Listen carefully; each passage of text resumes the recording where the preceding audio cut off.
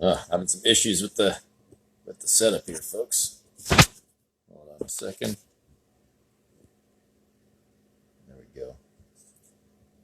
How's everybody doing? Welcome back to another week on Midweek with Eric Smith. Hopefully everybody had a good weekend, having a good week in general. Jeffers, Kevin, all the others that have been joining in as well. Thanks for tuning in again. My guest tonight will be David Amber. He's going to come into the mix shortly, and when he does, we'll invite him into the conversation, and we will get going. And obviously, as many of you know, if you've been watching the show somewhat regularly, most of my guests, I like to talk to them about their careers specifically. We don't necessarily talk about current day stuff in terms of sports and what's happening in the various leagues, but we will get into the NHL a little bit tonight with David Amber, considering the news that came out a few hours ago with the National Hockey League, and the fact that it looks like we got a bit of a plan, a path back to actual games being played. So David has joined the mix here. I'm going to invite him in, and we will get going.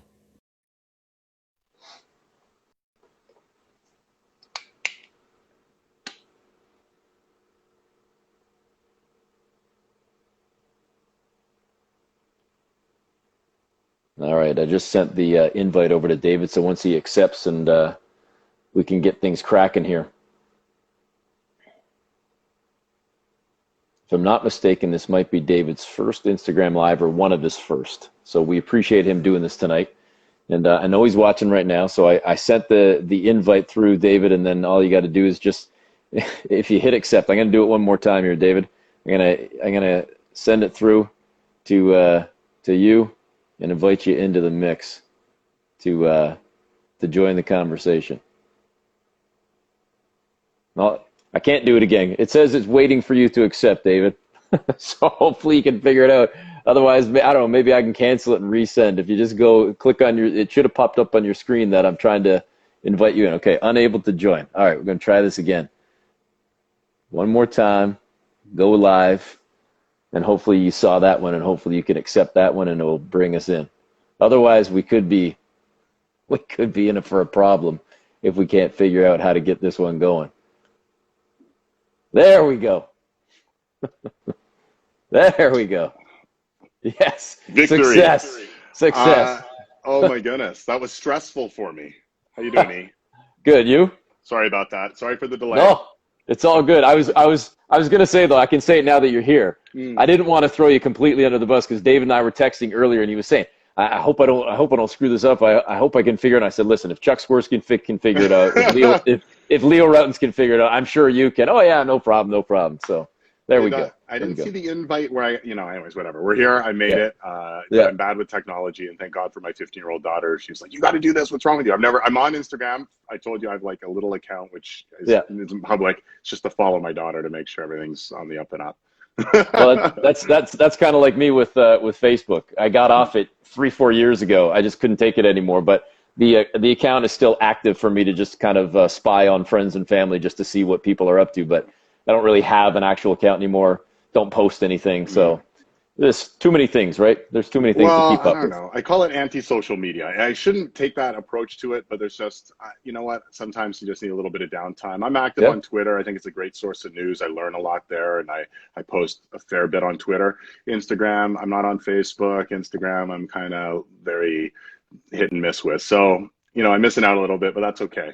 Sometimes you just need a little decompressed time. Absolutely. All right, David. So the idea of the show, if you haven't seen it, and I guess because you're not on Instagram, you probably haven't seen it. We just kind of talk folks' careers and tell some stories, get some advice, etc.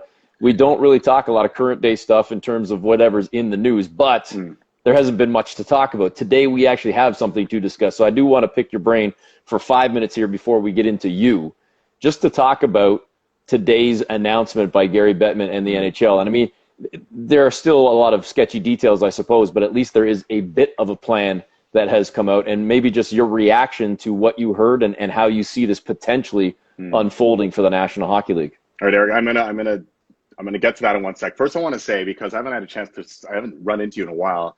Okay. The coverage last year was awesome, man. And I've said it to Matt and Leo, and I saw Paul Jones a few days ago golfing, and when I see Sherm, Like it, honestly, it's the most fun I've had. And I think about it more now because we've been stripped of all the fun stuff in the sports world. Last year, the Raptors run was the most fun I've had as a sports fan, I think, in my life. And, we're lucky enough to work in this business. So we see a lot of cool stuff and experience a lot of cool stuff, but you're still there in a professional manner. This was something where I didn't have to worry about doing live hits, interviews, any of the stuff you were worrying about, broadcasting, color, play-by-play, any of that stuff. It was just sit back, relax, and enjoy and soak it in for the city, for the country. And as a basketball fan, it was phenomenal. So thank you, and Jack and Leo and Matt and all the gang. And it was so much fun to watch. So just think, before we get into anything, I just wanted to make sure I let you know how good that was last year. Well, I appreciate that. It's very, very kind of you to say, and thank you very much. And I tell you, it's wild for me to think that it was yesterday, the 1-year anniversary advancing to the finals, and we're now 2 weeks away from the anniversary of the championship itself. I mean, I can't believe how quickly this last year has flown by. Yeah, and I got to a few games, and it was electric there. And that's the one thing I kind of go, oh my God, we might get hockey back, and we might get basketball back, and without fans, it's just going to be such a weird situation. Think about what that home court was like for the Raptors. I was there for games. I was there for game 1 of the final, and I was there for game 5 of the final, thinking it was going to be a clinching game. And I haven't been in, and I've been to a lot of different atmospheres. It was electric. It was just so much fun, and it'll be a little different, obviously, moving forward in the immediate future. And to get back now, so I derailed sort of at the start of your show, but no, it's all good. To get back to what you were asking about with Commissioner Bettman, the yardstick keeps moving, and I think the NHL is really eager. They're being really creative. We're going to have this 24-team playoff, which the NHLPA signed off on, and I think it's really exciting. There was a lot of people who said we should just abandon the season. A lot of people said we should strip it down, make it 18 playoff, make it as simple as possible. And I disagree. I said be more inclusive, not less inclusive. As the commissioner said today, it would really stink to narrow it down.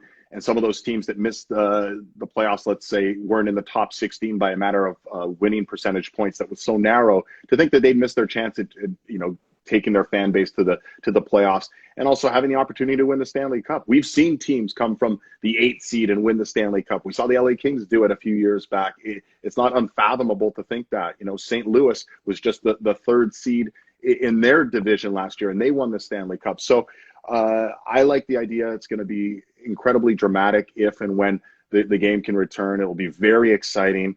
I think there's an insatiable appetite. If we've learned nothing over the last 3 months, there's an insatiable appetite for sports, live sports. As much as it's been nice to have the nostalgia of living back at the Raptors' success last year, or looking back at some of these classic NHL games or some classic baseball games, there's nothing like reality TV, which is live sports, where you just don't know what's going to happen. So the signs today, again, the yardstick keeps moving in the right direction. Yes, we're at the mercy of a global pandemic, so nothing's etched in stone. But all signs are indicating, if things keep progressing in the manner they're progressing, we will have NHL hockey come July. Sometime in late July, early August, we could expect at this point the puck to be dropped on what would be a sensational 24-team playoff. I was just saying to somebody yesterday, I wonder who's going to be first to step up and to make some sort of proclamation, because it sounds like it's obviously getting a lot closer in baseball, getting a lot closer in the NBA, and it was happening obviously in the National Hockey League as well. And I'm a little bit surprised that it's the National Hockey League. And I don't mean that disrespectfully. I just thought that they might sort of wait for, especially given the amount of teams in the U.S. In baseball and basketball, I thought they might wait to see what the other two were doing before they announced their plan, to sort of be a little bit more reactive in terms of the opposite, today being the proactive one, to be the first ones to step out. So I give the league credit for that. But I like the fact, David, that you've pointed out, not to be negative Nelly here, but this is just still a plan and a proposal and a hope that this can happen. Fingers crossed that numbers don't spike and it derails any plans for, hockey, baseball, basketball, or otherwise. Yeah, we got to proceed with caution here. This is something unprecedented in our lifetime, and Commissioner Bettman said as much. They have a framework in place. Doesn't mean it's going to be enacted. And to your first point, Eric, I think that's a valid point, because the NHL has been known at times to sort of follow in the footsteps of the NBA, whether it's been expansion, whether it's been setting up Eastern, Western conferences, whether it's been sort of the dynamic of how the league has been operated. A lot of people have seen it as sort of waiting for the NBA to act, and then they're reacting. And to their credit, the NHL, they've done this alone. Yes, they've had conversations with the NBA, with the NFL, with MLS. All these leagues are in it together because they all face the same financial problems, the same logistical issues. But the NHL said from day one, we're going to be creative. We're going to look outside the box. This is an imperfect situation. We're going to do everything in our power to bring back the game. They've completed 85% of the season. There was only 189 games left in the regular season. They were further along than the NBA, and I think they felt it imperative for their fan base, for those teams, for those players.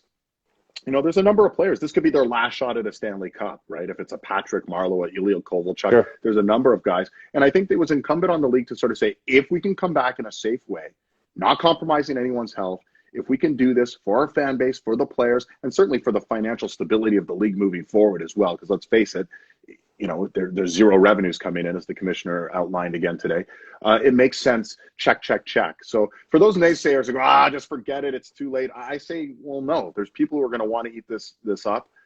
There's a lot at stake here, and if it can be done in a safe way, let's do it. So I'm one of those, let's have some fun with this. I would love to see all the sports back in a timely fashion, and us to be able to soak them all in during the summer.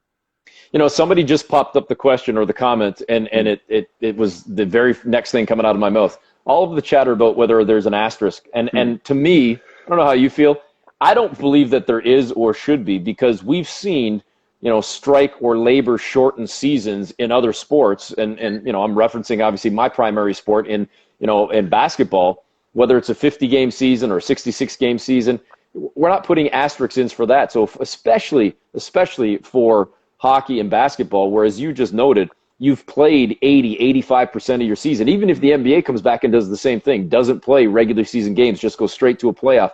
And even if they decide to go 1 through 16 instead of having the 1 through 8 in each conference, it's still, to me, a season that was at least 3/4 complete, if not 75-80%, complete overall.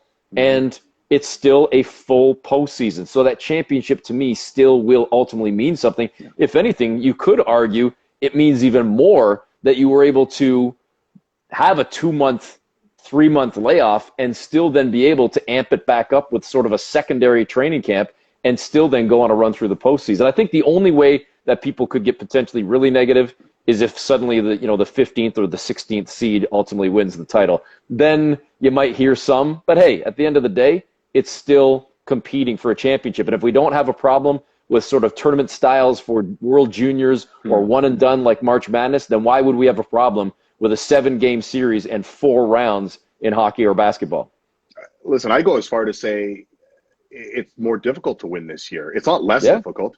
Yeah. Here's the thing. There's going to be 24 teams now vying in an elimination tournament, not 16 teams. Potentially, a team's going to have to win 5 rounds, not 4 rounds, to win a championship. So it's actually going to be more difficult.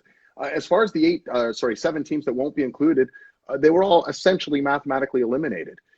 The one caveat I'll put on it is if somehow the first and second round end up being best of 3s, then that's not exactly what we're used to having. But at this point, according to Commissioner Bettman, the first round will be a best of 5. The second round will either be a best of 5 or 7, and that's the round of 16. And the rest will be traditional 7-game series. Again, we played 85% of the season. Yes, we could have a freak situation where the Chicago Blackhawks or the Montreal Canadiens, the 12 seeds in the East and the West, conceivably, have a great run and win a Stanley Cup. And the asterisk would be, well, those teams wouldn't have qualified for the playoffs. They were 12th in their respective conferences. I get that argument. We'll cross that bridge when we get to it. But I definitely think there's no asterisk in my mind. It's going to be more difficult than ever to win a Stanley Cup under these circumstances, and knowing that you might again have to go through 5 rounds as opposed to the traditional 4, and they play the large majority of the regular season. No asterisk. All right, so let's put the hockey stuff aside for a second and kind of get to you. Okay. But I do before actually I'm gonna now put that on pause for 1 second. I do want to go back to a point that you made off the top when you were talking about just the atmosphere overall, and it triggered something in my mind. For a guy like you that has covered so many different sports, you might be known as Mr. Hockey now, but clearly you've done it all from hockey, baseball, football, basketball, college sports, working stateside, everything else. I just had a conversation yesterday with Tim Roy. He's the longtime radio voice of the Golden State Warriors, and he was doing a show. He had me on talking about the finals last year and some of the great Raptor Warriors games over the years. And we were reminiscing a little bit about Oracle Arena and how loud it was in Oakland, and how the Warriors fans are well known in NBA circles as the loudest probably in the league. For you, David, whether it be as a fan or whether it be as a broadcaster, give me a couple. I'm not going to say give me your top five, give me your top three. Just give me a couple of places that you feel have had the best vibes, the best atmosphere, the most noise in any sport in all the stuff you've covered. Jogging the memory, one that really sticks out is the first game in New York after 9/11. It was the World Series. I was a reporter at a different network at the time in Canada. And TSN, say it. We can say TSN, it's all right. And I was covering, it was the Arizona Diamondbacks and the New York Yankees. And I remember a couple of things. One, it took about an hour and a half, maybe 2 hours to get through as a media member with a media pass. And they'd done all the background checks and everything else. Still took about 90 minutes to close to 2 hours to get into the stadium. That's how tight the security was. It was doubly tight because it was the first big sporting event in New York after 9/11. And secondly, President Bush was going to be there to throw out the first pitch. When President Bush came out there, turned to the crowd, sort of did the pageantry, threw a nice, he's a pretty good athlete himself. I guess he played some baseball at Yale or whatever. The roar that went up there, and you looked around some of the faces, right? And there was people tearing up because it had been such an emotional, this was about 5 weeks after 9/11. And it had just been an incredibly emotional time, specifically in New York with everything that had happened. To be there for that, if you didn't have, the hair standing up on your skin, if you didn't have sort of goosebumps and that feeling in your heart, then you're not human, because that was a roar like I've never heard before. He threw out the pitch, they did the flyover, they played the anthem, and it was beautiful. So that strikes me as a moment I won't forget. Usain Bolt in 2014 in Rio, when he won, he did the triple double or whatever they had, a triple, I guess it was the 100, 200, and 4x100. I was there for the 200, and the electricity in that stadium was something to behold as well. I was in Utah, the Olympics in 2002, when Canada beat the U.S. In women and men's gold, and it was phenomenal. The atmosphere there was. I think whenever there's some patriotism involved is when you really feel that extra oomph. One thing I was really looking forward to was hopefully Canada qualifying in men's basketball this year. Of course, the Olympics have been postponed, and next year there might be some hurdles with the NBA season being pushed back and everything else. But that was something I was really eager for. I think those are the moments that really resonate the most with you. I've covered a number of Stanley Cup finals and a number of NBA finals. So those are incredible moments when the championship's being brought out onto the field and the celebration that ensues. But I think those moments maybe that I've just pointed out were the ones that really stand out to me.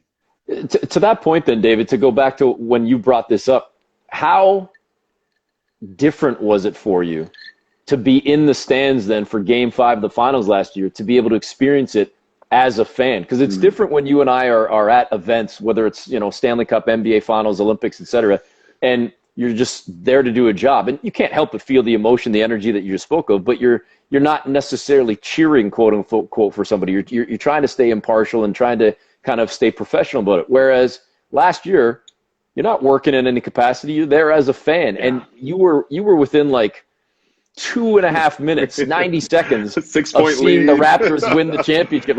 I remember my kid was at that game with my wife, and they were sitting above me, like in the upper deck where I stood doing sidelines. And I'm thinking, and I don't swear that often on the show, but I'm thinking, holy shit, my kid is going to see the NBA championship won in person, live, in his lifetime. Like this, he may never see this again. Yes. And how many people, Leaf fans, have been starving since '67? He's 10 and he's going to get a chance to see this, and then it kind of crumbles and falls apart in the last 2 minutes of the game. But the energy in that building, people ask me from my perspective, and I said it was anxious and nervous, not necessarily as loud as you would think, because I think a lot of people were sitting on their hands and just collectively holding their breath because they couldn't believe that this was about to happen. Yeah, I think you captured the moment perfectly. I mean, we were high. Listen, I'll be perfectly honest. We were high-fiving. We weren't celebrating to the point of the sha-na-na-na, hey, goodbye. But it was pretty much, where are we going to go after? How are we going to navigate this? I was there with a buddy and we were talking our way sort of through, the post game, what we're going to do, how crowded it was going to be. And everything, as you know, a couple of three threes in a row. And that was that for the Raptors that game. It was still an amazing, I wasn't going to go to the game. And then on Sunday, a buddy reached out and said, I got a line on tickets. You're going to have to pay for them, but I got a line. And I thought about it. My wife said, go. Yeah. I said to myself, of course I'm going to go. Like, this might be, as you said, this could be a once in a lifetime situation. Yeah. So I still don't regret going. And it was going to be part of something really special. And you know what? It ended up being part of something special. I got together with some friends. We got some families together. We watched Game 6. Then we all jumped into like a big SUV and came downtown and it was, walked the streets till 3 a.m. It was so much fun. So it was this great communal feeling. And I think really that's what people are missing right now. We're not allowed to have a sense of community and, we're all in this together, which is very true. But we're not allowed to get together and embrace moments like that together. And that's what I think we really miss. And that's why I think live sports will be such a great addition to our lives right now, because it brings back that communal feeling. Even if you're not sitting there shoulder to shoulder with someone in an arena, you're experiencing the same thing with them, through the television or on the radio or however you get it. So I can't wait for that. But as a fan, man, that was so much fun, Eric. So much fun. Well, and it's even just this past weekend, I'm not the biggest golf fan in the world. I enjoy golf. I like to play, but I'm terrible. But just having a chance to see, to your point, live sports in some way, shape, or form, and to watch Tiger and Phil and Peyton and Manning going out there and just, texting back and forth with buddies if you're watching and just having those conversations that we don't get to do right now. All right, let me use the Raptors then and winning the title to kind of circle back to you and bring it back to you, David. Sure. How special was that for you, again, just as a sports fan, but as a Toronto kid, as a Toronto sports fan, to know that in the city in which you're, born and raised and you've made your career now in sports broadcasting, to finally see this come full circle all these years later, just for the Torontonian in you, if nothing else. Yeah, I mean, listen, I won't say how old I am, but I'm not young. And I was not born in 1967 when the Leafs won the Cup. So it's been, there's been some close calls for the Maple Leafs. But essentially, we've had, in my lifetime, 2 championships outside of the Grey Cup situation. Sure. And that was the Jays in 92 and 93. When I talk about major North American sports, there were some other great moments with Donovan Bailey and, things of that nature. Christine Sinclair and what she was able to help Canadian women do. But as far as North American team sports go, and I should, of course, the MLS championship a couple of years ago as well. But I don't follow that quite as closely. So for me, it had been the Jays in 92, 93, and I was in college at the time, and it was very exciting, but it was very different. You have that longing, right? It'd been 26 years between championships in that sense, right? Like major North American sport championships. As a Torontonian, it felt great because this is a city that's really prides itself on sort of being a sophisticated international city. And the one thing is, though, we're kind of we're the ugly stepchild when it comes to sports in many respects, right? We're the laughing stock in many respects, and we had been. And this was something where everyone doubted the Raptors the whole season. They go down 2-0 to Milwaukee. They trailed in 3 of the series, right? They trailed in the first 3 series. So, they put themselves in difficult predicament. They're going to lose to Milwaukee. They're going to lose to Philly. And they got through all that. And then it was like, all right, well, they'll maybe get swept by Golden State, but maybe they'll win a game. And it just never felt like it was going to be real. And I think as a Torontonian, it was really exciting to see it. It worked out finally, and something you can hang your hat on at least for a little while. So as a young kid, as a young athlete, and I know you played a lot of different sports as a youngster, hockey, soccer, and into high school football. And you played basketball, or was it baseball? No, I was baseball. I was 5'4". I played baseball in high school. I played football in high school. Football. Yeah.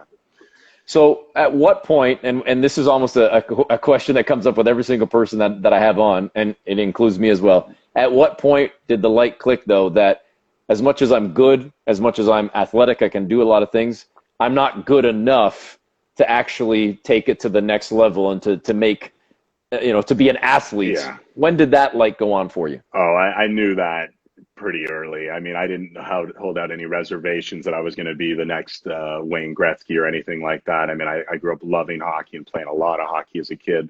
Football and soccer and baseball, which I played in high school, were more recreational sports for me. It wasn't something I was training to do or anything like that. So I held no illusions. Even as a young kid, I would watch Hockey Night in Canada. I mean, Saturdays and Wednesdays were the big days where you could watch those Leaf games, and it was so exciting. And I'd listen to the broadcast. And my father was he worked in sports television and news television, so I had a chance to be exposed a little bit to it. And I always had maybe that feel like this is something I might get into. So I wasn't, listen, my first dream, if I could have been Daryl Sittler, that would have been the greatest thing ever, right? To be a little hockey player. But I'm sure I knew by high school that wasn't going to be happening. And then by the end of high school, I started to sort of say, maybe getting into broadcast journalism and sports broadcasting would really be a good field for me, and something I started to really sink my teeth into probably in the middle of my undergrad degree. So what ultimately prompted you then to go McGill before going to Syracuse? That's a good question. I mean, you know what? I wanted the college experience. At 18, I didn't sort of say, hey, this is what I'm going to do. There weren't that many programs either. I have to be honest with you. There's a lot more programs. It's become a thing now, You can get a broadcast journalism degree. At the time, I think Ryerson might have been, Carleton had a journalism degree, but I don't think it certainly wasn't sports oriented at all. And then Ryerson, I think at the time, wasn't a university. It was a college. It would have been a 3-year diploma or something along those lines. And I wanted to kind of go have a college experience. So that's what prompted to go off to Montreal, go to a big city, have some fun. I did something completely unrelated to broadcast journalism. And then after that's when I said, I really better get some formal education. I won't get a job this way in the field unless I do. So I went back and went to Syracuse and followed in our buddy Leo Routen's footsteps. And they have a big sports journal. Well, not sports, but they have a big broadcast journalism program, and a lot of big sports broadcasters have come out of there. So it seemed like the perfect fit for me to give it a shot.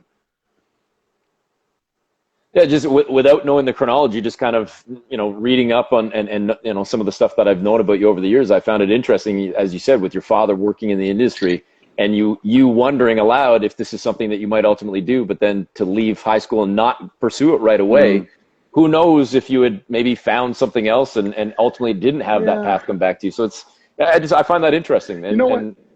Eric, my parents encouraged me just to go get a Bachelor of Arts degree and figure it out. I don't think they necessarily wanted me to chase a career at 18 that was so like there's not much else. If you're really going down that path of broadcast journalism and things don't work out, you've gone down that rabbit hole. So I think they wanted me to start out broad. And if I ended up kind of streamlining towards it, then it would make sense. But I don't think they wanted me to necessarily cut off other paths along the way. Maybe I'd go in and something else would inspire me. Maybe I'd go, maybe I want to go to law school, or maybe got into architecture or something like that. Who knows? Like Costanza or whatever, wanted to be a marine biologist or something. But none of those things really took. By about my third year of undergrad, I started to say, I really want to get into broadcast journalism, and started working at the school newspaper. I mean, McGill didn't really have a broadcast journalism program per se. So I did a little bit of just following sports and trying to learn how to, meet deadlines and those things. But really, I got all my formal education after McGill when it comes to actual broadcast journalism. How tough was it to land that first job? Oh my God, Eric. I have the rejection letters in here somewhere. A lot of them. We had a year. So I graduated from Syracuse, and you have a year's visa in the U.S. As a Canadian to find a job. So I'm shooting out tapes everywhere. I'm shooting out to Joplin, Missouri, and Jackson, Mississippi, and Bangor, Maine, and Reading, California. I mean, to make $15,000 a year to work, 60 hours a week, whatever it was going to take. And I'm getting rejection letter. I got one from Bangor, Maine, and they said, hey, we had 142 people apply, and it was for the weekend sports anchoring job. I think it was paying $14,000. And I just remember I was living in my parents' house, and I just said, Mom, this might not work. I graduated in December, and I did a 1.5-year program at Syracuse. And I got my first on-air opportunity 11 months later. So it took 11 months. I had some work in between them, but it was behind the scenes. I worked on a show called Go For It on Discovery Channel as a researcher. But I've been driving around Ontario, handing out tapes and meeting with people. And finally, this gentleman from Sudbury named Mark Oldfield called me and said, hey, we don't have anything for you. Thanks for the meeting. Thanks for driving out and meeting me, but I'll pass on your tape. And I said, great.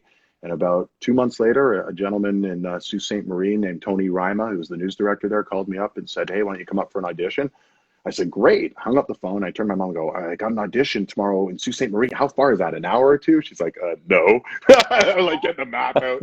7-hour drive later. I'm like, oh my God. But it was great. And I did the audition, drove home, packed up my stuff, drove back to Sault Ste. Marie, and I was working a few weeks later and making a ton of mistakes, but it was a lot of fun, a great learning experience.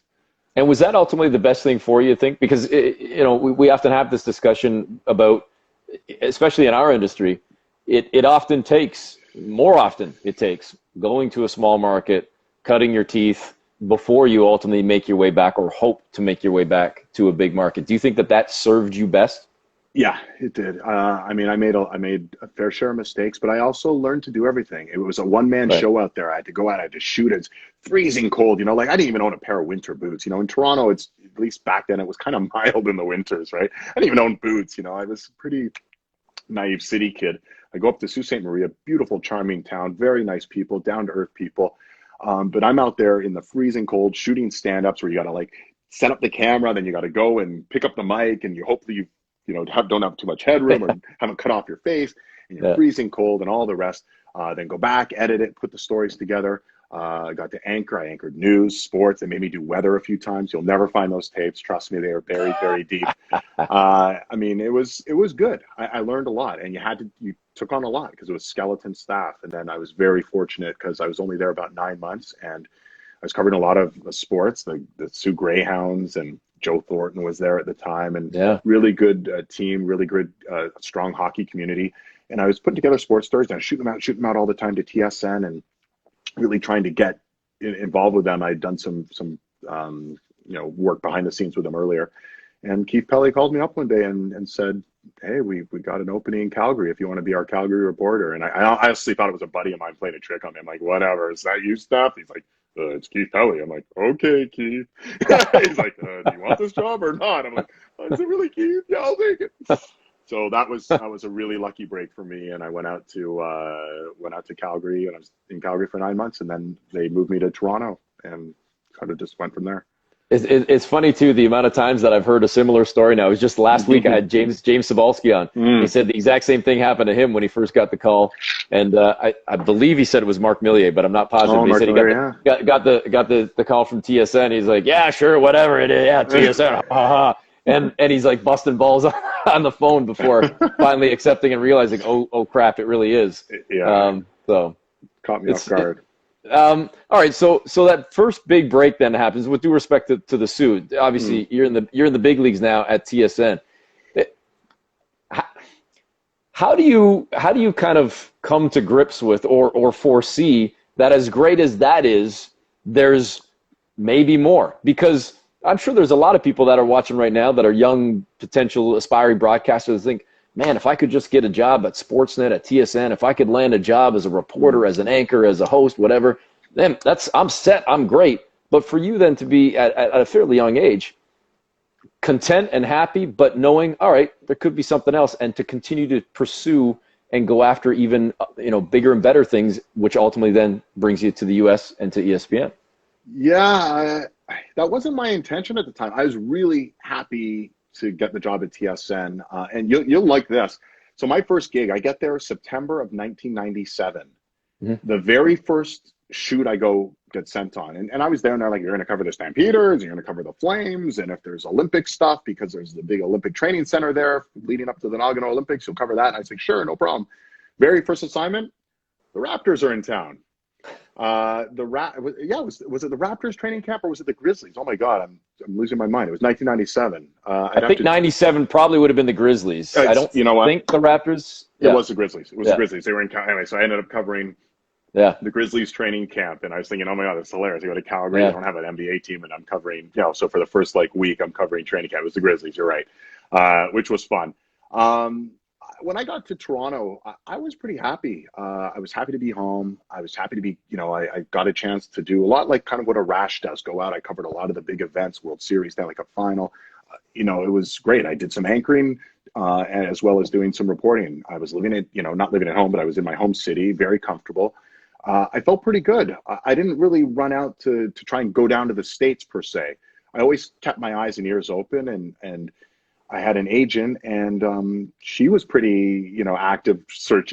That's their job, right? And she said, "Hey, I've been at TSN for 5 years," and she said, when I cover these events, I'd cover the World Series, and I'd see all the reporters from Sure. ESPN, and we would share their truck. We had a nice reciprocal relationship with them. And, I kind of saw the scale of what they were doing. I was just like, wow, like that's pretty cool. Because usually it'd be sort of a camera person, a producer, and me, and the three of us were like us against the world, trying to cover these big events. And they'd have a fleet of 50 people there. And I was just like, wow, I wonder what it'd be like to work in that environment. And one day she gave me a call and said, hey, they're hiring some hosts. Why don't you, they want to audition you. Why don't you go in for an audition? And I thought, my contract's coming up at TSN. If nothing else, I'll just see what options there are. It's always good to know what the landscape holds, right? And then I had one of the tougher decisions of my life because I was ultimately offered a job at ESPN after going down for an audition and meeting with a lot of their executives. And it went really well, and it was very exciting. But having said that, I just gotten married 2 months earlier. Mm-hmm. My wife had a job. She was a career and a job here in Toronto. She was very interested in, and it was tough. And it's like, am I going to go down to Connecticut and move away? But ultimately, we hemmed and hawed, and then we decided to go for it. So we did. And, I was at ESPN for 8 years, which was a whole nother amazing experience for me. I got to get into that in a second, and some of the things that you did at among the many things that you did at ESPN. What I find interesting, for lack of a better term, is to go from in Canada, especially for a Toronto kid, living and working in the major market, in the biggest city in the country, and the city that has all of the professional sports teams, of the major four sports, mm-hmm. obviously outside of the NFL.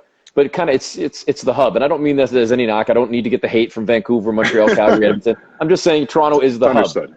We may not be the center of the universe. I'm not saying that. We're just kind of the hub, and certainly for broadcasting, the hub. To go from that would be like the equivalent of being in New York or in Los Angeles or even Chicago in the States. But to leave then to go to Connecticut and small town Connecticut, you're at the biggest network and you're then being sent out to cover the biggest events. But the main hub and home is Connecticut. And so many people have done it, and so many of the giants in the industry that have done it. But is that a transition, just even in a lifestyle, David, to go from a major city, a major market, to the lifestyle that comes with being in Connecticut and working for ESPN? ESPN loses some people because it's based in Bristol, Connecticut. There's a lot of sayings. Once you get down there, people are like, well, you always like to wave goodbye on your way out from Bristol because it's not the greatest place on earth. I'll leave it at that. I adjusted though. We got there. You're 90 minutes to Boston, 90 minutes to New York. And I have a sister who lived in New York at the time and a lot of friends who lived in New York. So you had to make a bit more work to go out and have maybe a big social life. It wasn't a great place for single guys. I was married, so it wasn't such an issue, but the single guys would go a little bonkers, and on their days off, they were out, they were on planes going to New Orleans, Miami, or wherever, like they were gone. I made the adjustment, and I was in studio for the first 4 years. So I was exclusively based in Connecticut, and my daughter was born there, and we made like a little suburban lifestyle, and it was nice in many respects. And the scale of what we were doing was very cool to be at the cutting edge of things. And I got a lot of really interesting assignments in studio when I was there. So I was really lucky. I was on a nice path. And I think we kind of got into a bit of a groove, I'll be honest with you. But after we had my daughter, my wife had been commuting back and forth from Toronto for a few years, and then she took a year's maternity, and she wanted to go back to her job. She was working at Fairmont Hotels at the time. So she wanted to go back to her job, and we had a whole discussion. And she had made sort of the sacrifice earlier, commuting back and forth from Toronto to Connecticut. So she said, is there any way you could keep your job at ESPN and be based in Toronto? And I was like, I doubt it. But I went in, I kind of made a pitch to some of the senior execs and said, look, I'm at a bit of a personal crossroads. Been here 4 years, and I've loved all the opportunities. I was doing college basketball halftimes, and we're doing some shows on ESPN News and a few sports centers along the way. And it was all very fun and exciting and interesting to me. But I had to sort of pitch him to go back to Toronto and be a reporter based out of Toronto. And I was surprised. They kind of made me sweat it out for a couple of weeks. And then they saw I was serious about it. Like I'd really done like a presentation essentially to say, look, a big airport, I can be anywhere you need me to be. I just need to be, my home base has to be Toronto. And they said, okay, we'll try it. I said, we'll try it for a year. And I said, okay. And that ended up being 4 years. And it was a lot of fun. I have to say, kind of on a whim, I'd be with my daughter, and all of a sudden the phone would ring. Brett Favre just unretired. Get to Green Bay. I got a bit old after a while, like kind of jumping city to city. Yeah. Some things were set in stone. You're going to cover this, you can cover that, and you can kind of plan, 3-4 weeks in advance. Or you're going to be, I covered a few NBA finals, and I knew I was doing that in advance. But often it was spur of the moment. So that wasn't that. As you know, traveling isn't as glamorous as it looks, and you're on the fancy charter with the guys, and I'm flying commercial. I'm flying steerage, Yeah. sorry. Yeah. Running on the flights on Southwest, so it's a little different. But it was a great experience, and it was an adjustment for sure. Leaving Toronto, going to a small town, but I don't regret a second of it. Well, I will say, and you're not wrong for busting my chops, but I've been 15 years in now traveling, private charter or not, it's a lot. It's a lot, and at the end of the day, it might be a fancier airplane and there might be some perks, but it's still 15 years of traveling and 15 years in and out of hotels. It's been, it's been a grind, but there are worse things to do. So I'm certainly not complaining, and I want to be clear about that. But it can be tough sometimes, especially from a family perspective. What I find unique about that, David, and I think people can appreciate this when anybody that's watching right now, you've seen within broadcasting, there are very few people that do just one thing. And like I know for myself, I wear like 7 different hats, whether it be on radio or TV. For you to go from reporting to anchoring, back to reporting, now into the anchoring, it shows the versatility clearly that you have. But do you have a favorite? I mean, you go to ESPN and you're primarily an anchor, you're primarily a host. Then in order to take the job in Toronto, you're primarily a reporter. Then, and we'll get to it in a second, when you ultimately leave ESPN, come back to Canada, you're back more into a reporting, like it's kind of, into a hosting role. It's sort of flip-flopping back and forth. Do you have a favorite that you enjoy? I get asked that a lot, and this is going to be a cop-out of an answer, but honestly, I do like having the variety. I wouldn't want to sit in studio night after night after night after night. Even in my present role with Hockey Night in Canada and NHL on Sportsnet, there is some travel. There is some sit-down interviews. We travel, for All-Star Weekend. We go to the Board of Governors meetings, go to the Stanley Cup Final. There are some opportunities to be out there in the field, talking to people face-to-face, one-on-one, like you do with the Raptors games. And at the same time, I wouldn't want to be on a flight, 3-4 times a week, running around like with my head cut off. It would just be a very hard lifestyle to lead, with everything going on as well in my personal life. So I like the variety. I would say the greatest moments I've experienced in this field, though, would be at events. And you could speak to this. I mean, being there, whether it's been the NBA finals you've been at or the All-Star events. And I mean, those are the ones that really resonate with you, that you'll remember, oh, wow, I remember watching this. I remember Usain Bolt, charging across the line. And I was right there on the finish line and just going, this is pretty damn cool to be here watching this. Those are the things that are the kind of, I'm going to take away from this career when it's all said and done for me, is like, wow, I was really able, I was blessed with the opportunity to go firsthand experience these great moments. And some of them are sports historic moments. 2002, Canada winning its first gold medal at hockey in the Olympics in 50 years. 2014, I was there as well for that women's game, which was unbelievable. Canada losing 2-0, with 5 minutes left or whatever it was. I mean, it was ridiculous. So I pinch myself sometimes being, having those opportunities, but I've just been incredibly lucky to be in this path where I can do a few different things, and versatility is good, but also having the opportunity to showcase that you can do more than one thing is a really nice opportunity to have. I've been really lucky.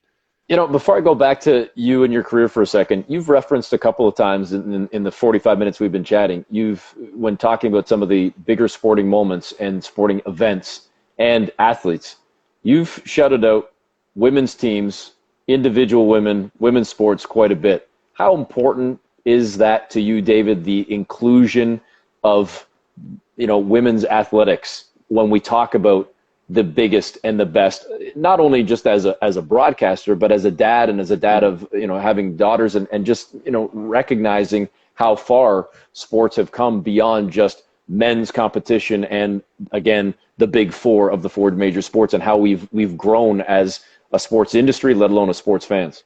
You know, what was the whole Kobe thing? Girl daddy, or what was it? You remember that? Right, girl dad. Yeah, yeah, Yeah, girl dad. Yeah, and my daughter's played a number of sports, and my son too, for that matter. But yeah. listen, you could argue in the last 50 years, if you're, marking down some of the greatest Canadian sports performances, what Christine Sinclair did against the U.S., albeit in a loss, and that's probably one of the most aggravating losses and controversial losses we've seen. Such horrible calls in that what was it, the semifinal. Ultimately, Canada lost. Sinclair would have had the hat trick. I watched some of these moments, whether it's as a fan or live in some cases, and it's been incredible.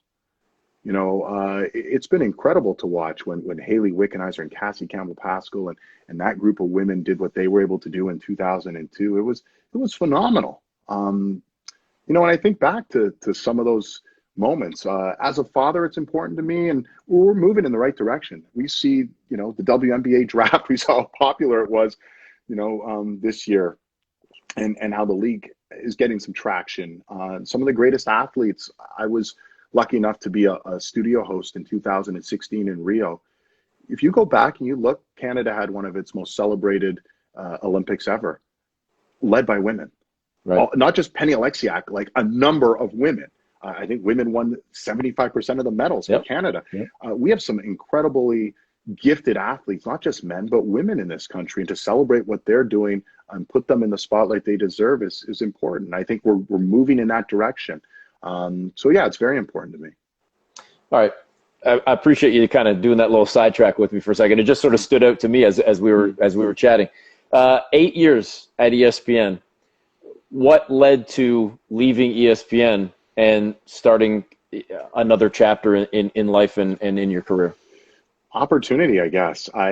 So this would have been 2010, 2010, and I was only 1 year into a 3-year deal at ESPN, and I had been on planes now for 4 years, running around a lot. And it's funny, I got a call from NHL Network asking if I wanted to come, for a job that they had. And I sort of said, thanks, but no thanks. I don't think this is the right time. I don't think that's the right fit. About a week later, Adnan Virk left NBA TV Canada to go down to ESPN. Chris Hebb, who was running NBA TV Canada at the time, called me, I don't know, a week after Adnan was leaving to go to ESPN and said, I know you live in Toronto and your name came up. Would you be interested in the job? And I said, well, I don't think so. And it's a standalone thing. And then I got off the phone and then I said, well, I got this NHL Network offer. I've got this NBA TV Canada situation. If I could somehow, the two of them together, have the summers off and work in two sports I love, be a studio host and get to go to the Raptors games and do the Gate 5 Live and talk to them individually and sort of said, could this work? And the scheduling, can we make it work? And they said, let's give it a shot. And they both were amicable to it. And then I had my agent call ESPN and explain, here's the situation. David's been with the company a long time, but he's not super excited to be jumping on planes for the next, what's the end game here, right? I wasn't going to be a reporter jumping on planes till I was 70, right? So they made me sweat it out again. Waited a couple of weeks, and they said, well, he's got 2 years left on his deal. Can it wait till then? And my agent said, well, no, the offers are clearly for now. And it's non-competing. These are Canadian entities. It's not like he's showing up on Fox Sports.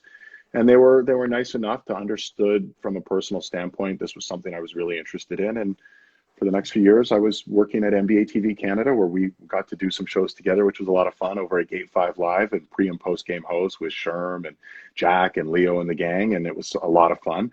And do NHL Network studio work. And then from there, I just sort of transitioned over to Hockey Night in Canada after a couple of years when that offer, that sort of came out of the blue. So that's how I left ESPN and ended up. It was just nice to be kind of back on home soil and not in my 4 years as a reporter here. I only covered 3 or 4 things ever in Toronto. The International Bowls. Got to work with John Saunders and Jesse Palmer and Doug Flutie, which was a lot of fun. We had this kind of all Canadian cast. And when Ricky Williams was coming to the Argos, it's the only time, and the World Baseball Classic, the only time when Toronto hosted. That was it. So I was literally on planes 90% of the time I was working for ESPN, and it just got a bit exhausting after a while. Well, it's funny because I can probably say this now because it's basically 10 years ago or roughly. It must have been, and this is where it's good that you had an agent and it wasn't you doing it yourself for having to have the conversation. Because I imagine it must have been somewhat difficult to say, we brought you down to ESPN, we did 4 years, then you pitched to us going back to Toronto to do reporting and to be closer to home. Yeah. And now we're 4 years into that and you're saying, I don't really want to do this anymore. I don't want to travel. So I want out and I want to do something else. That must have been a difficult thing to navigate. Yeah. Listen, they were incredibly understanding. I had a very good relationship with my bosses. I mean, in my defense, you know, how many times did people call in sick and hey, we need you to do this right away? Both when I was in Connecticut, that happened a lot. You know, people called in sick a lot. I went from, I think, 4 weeks vacation at TSN. When I went down to the US, I had 2 weeks vacation for the first 3 years. That's just how things work down there. And people call in sick a lot. And whether they were sick or not, I'm not at liberty to discuss. But, you know, I would get calls on my days off. Hey, can you come in? Blah, blah, blah. Not able to come in or whatever. And I said yes. I always would say yes to those things. So I think they realized I was a very trustworthy employee, and there wasn't anything duplicitous about this. It wasn't me it wasn't a greener pastures and I'm going to the competition and you guys have pigeonholed me. It wasn't anything like that. I think they understood I'd traveled for 4 years and I'd done everything I'd set out to do to a certain degree, and I wasn't sure what the ongoing path would be. And they were very nice to allow that, because they could have stuck it to me and they didn't. So it worked out. I was really fortunate. So David, as a young kid from Toronto who played hockey growing up, I mean, if you're a sports fan, whether it be on this side of the border in the US and you're into football, you want to probably work for Monday Night Football or you know, the NBA. You want to be working for TNT and doing inside the NBA or something. Baseball, you know, you want to be working in a major market or the MLB Network, whatever it may be. Hockey, you want to be working for Hockey Night in Canada. Suddenly you're working for Hockey Night in Canada. Yeah. I mean, at what point did you or have you ever had that sort of pinch me moment where, as much as you've done so many different things in your career, as we've talked about now for almost an hour, to sit back and say, man, I played hockey in Toronto as a kid. I watched Dave Hodge. I watched Ron McLean. I watched all of this. And now, years later, I am one of the hosts. I am one of the faces of the biggest show, the biggest production, sports-wise, in this country. Yeah, it's honestly, it's shocking. And I don't know if it really sunk in. I had done what I thought was a lot of cool stuff, and I'd done a bit of hosting of Outside the Lines and doing what I thought, you know, with good hardcore journalism, telling good stories. But the moment I showed up on Hockey Night in Canada, you know, my phone blew up. You know, people that I hadn't talked to in 20 years, oh my God, you're on Hockey Night in Canada. Like it's a thing, right? Yeah. It's this iconic program that's been around for 60 plus years. And I think I understood that, but at the same time, I was working for an American company for basically a decade, and maybe I lost a bit of that association of how big it is. And then I get there and get an opportunity to learn and work under someone like Ron McLean, who's just one of the greatest broadcasters and just so quick and smart and likable. And, you know, it's been some moments where I'm just like, wow, this is really cool. And that's, I think now, you know, I've done this long enough, and I'm sure you too as well. You have a better appreciation now. You know, it's like those NHL players who, you know, they win a Stanley Cup, let's say in their first year, and they don't appreciate it the way if they win a Stanley Cup in their 16th year. Well, that's how I felt when I got to Hockey Night in Canada and now, you know, Sportsnet NHL coverage as well.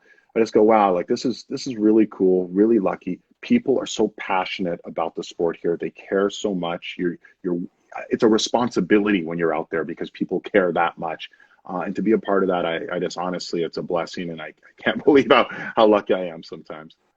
You know, one of the things that I remember reading at the time when you got the job, and I went back and saw it again today, but the quote that to me that stood out, and I think it was actually the headline, if I'm not mistaken, on our website, on the Sportsnet website, was, "My job is not to be Ron Jr." I hate that. I see now.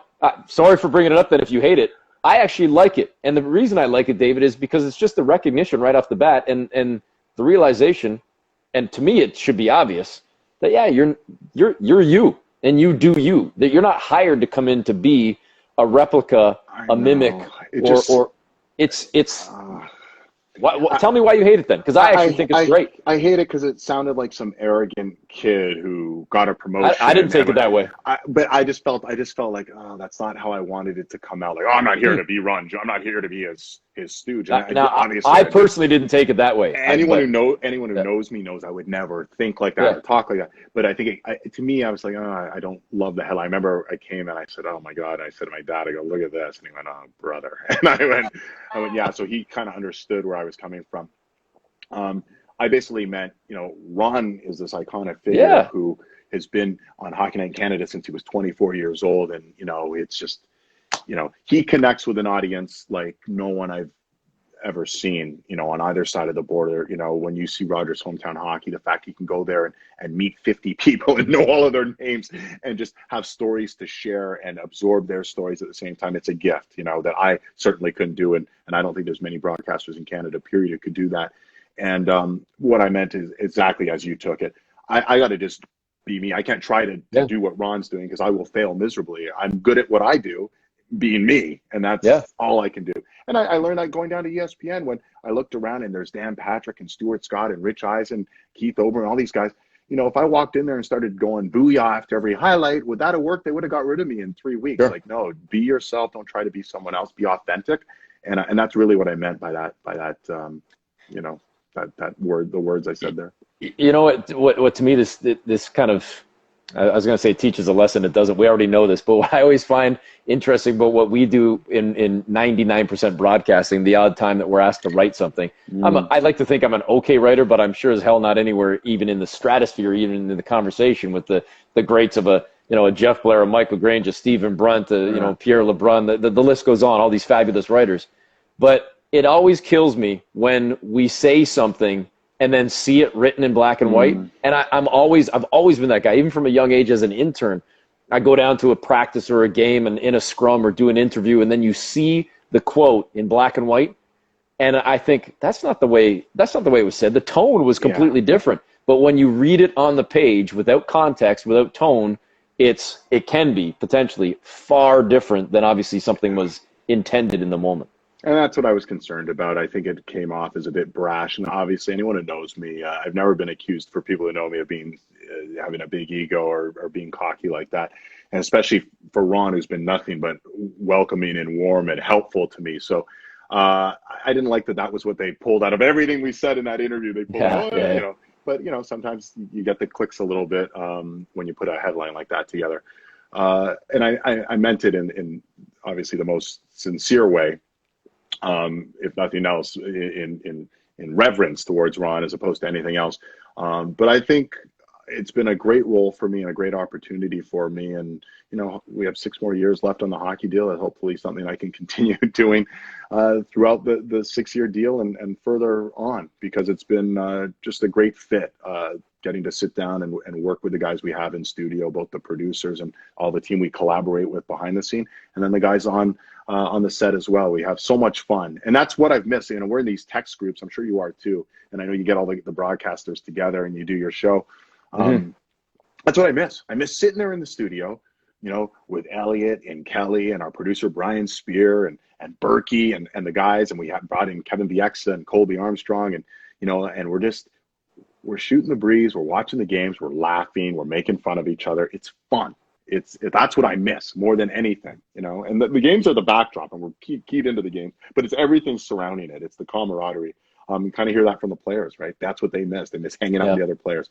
So I really miss that. I can't wait to hopefully we get back to some normalcy where we can be together doing what we love. Well, it sounds like, fingers crossed, we might be close, and that's kind of where we started this conversation, just talking about the potential for the NHL, the return of the NHL with the news that came out earlier today. So, David, it's a hard out at 11 o'clock on Instagram Live, so we're only about 90 seconds from that. So rather than me asking another one and risking us getting cut off, I'll end it there. I appreciate the time tonight. Thanks for sharing some stories and your insight, your advice, and just letting us kind of into your life, your career a little bit. All the best to you and your family, and look forward to seeing you in person when it's safe to do so. And if not, I look forward to watching on TV when the NHL is back. Listen, Eric, thanks for having me on, man. I thought the beard was going to be a little bit fuller. Have you seen Elliot? You had Elliot. Oh, no. This has been trimmed 4 times, man. There you go. Your wife's smart. Listen, thanks for having me on. I really appreciate it. All the best to you. Stay safe, brother. Thanks. And thanks, everybody, for watching. Take care.